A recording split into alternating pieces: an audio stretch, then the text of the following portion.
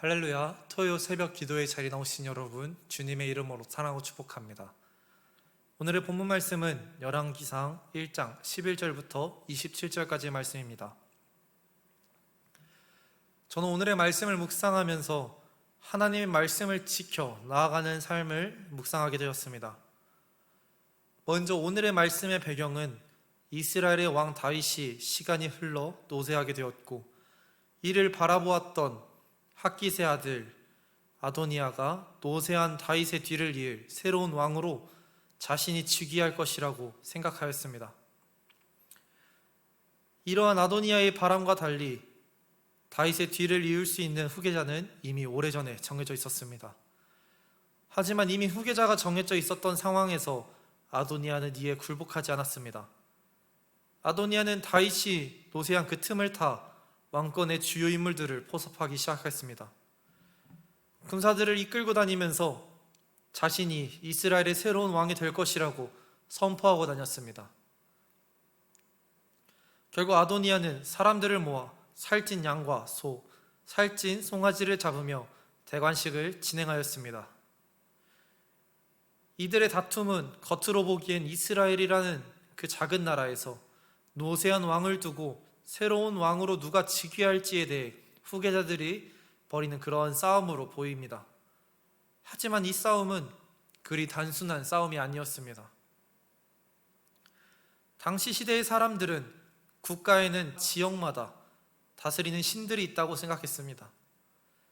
그리고 그 나라를 총괄하여 다스리는 신이 가장 높은 서열을 지니고 있다고 생각했습니다. 나라를 실질적으로 다스리는 왕은 그 신의 아들이라고 여겨졌습니다. 그래서 이들은 신이 자신의 나라를 통치하고 있다라고 굳게 믿고 있었습니다. 이스라엘도 이들과 가치관을 서로 공유하였습니다. 하지만 이스라엘이 지닌 가치관은 다른 나라들과 조금 달랐습니다. 이스라엘이 지닌 가치관은 온 세상을 지으신 하나님이 직접 선택하여 세우셨으며 통치하시는 나라였습니다. 그렇게 이스라엘이라는 나라의 진정한 왕은 하나님이셨으며, 이들이 지금 보유하고 있는 왕은 하나님이 세우신 사람이었습니다.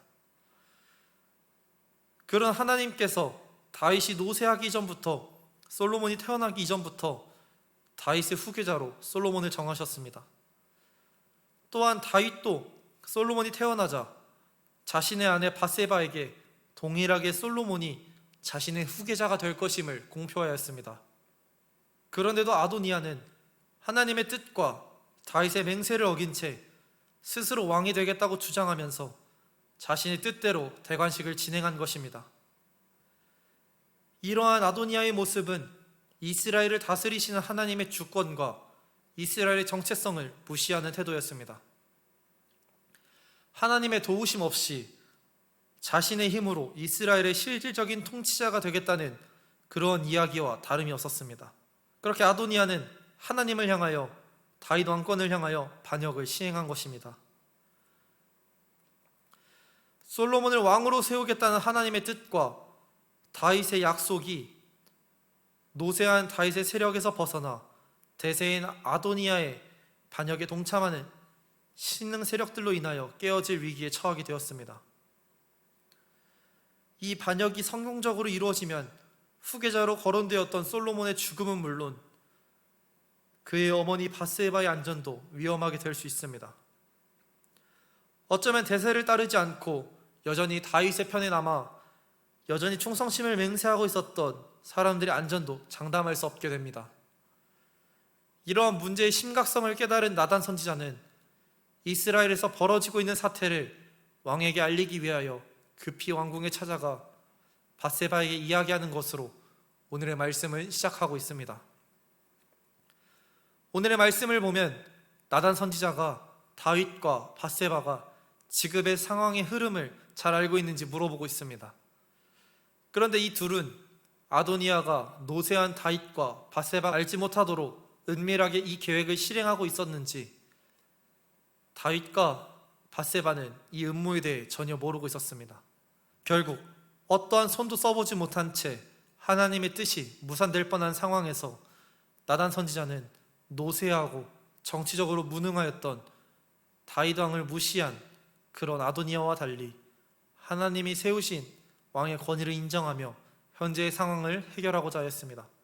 그렇게 나단 선지자는 밧세바에게 다윗 왕의 후계자로 솔로몬을 세우겠다고 했었던 약속을 기억하게 하면서 그 약속을 통하여 현 상황에 대한 다윗의 개입과 솔로몬을 후계자로 선포할 수 있게 촉구시킨 것입니다.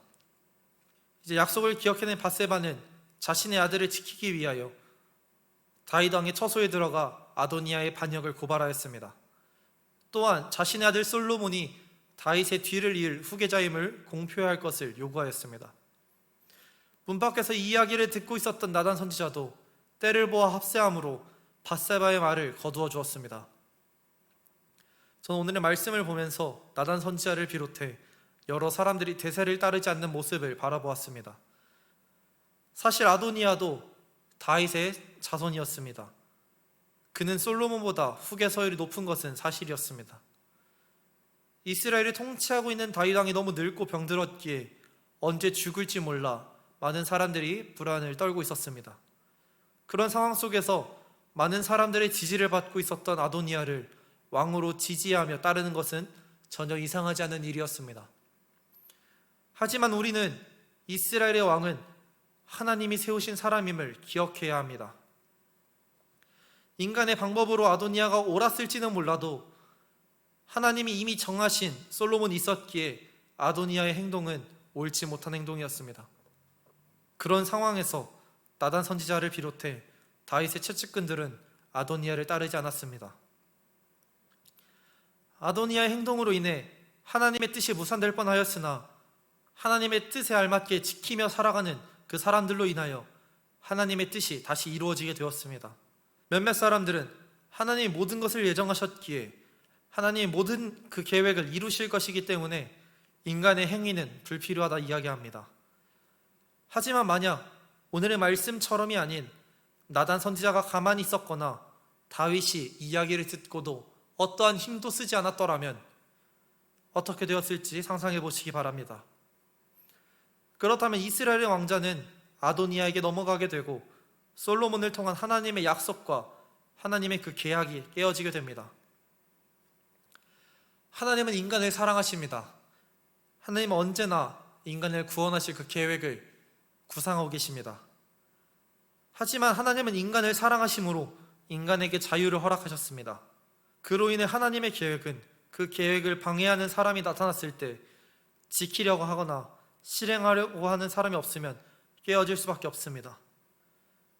하나님은 인간을 사랑하셔서 인간의 자유의지를 존중하시기 때문입니다.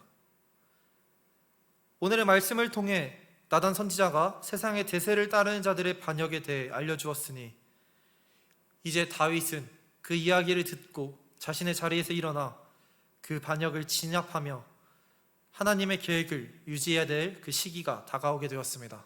다윗이 행하지 아니하면 하나님의 계획은 깨어지게 됩니다.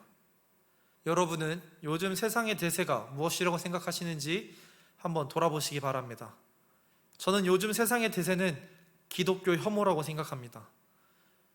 요즘 유행하는 여러 미디어들에서 기독교인들이 악역이나 사건의 진행을 막는 답답한 역할을 당연하게 맡고 있습니다. 이러한 미디어를 보고 있는 사람들에겐 무의식적으로 기독교는 무조건 나쁜 것이다, 기독교인은 답답하다와 같은 생각을 무의식에 남기게 됩니다.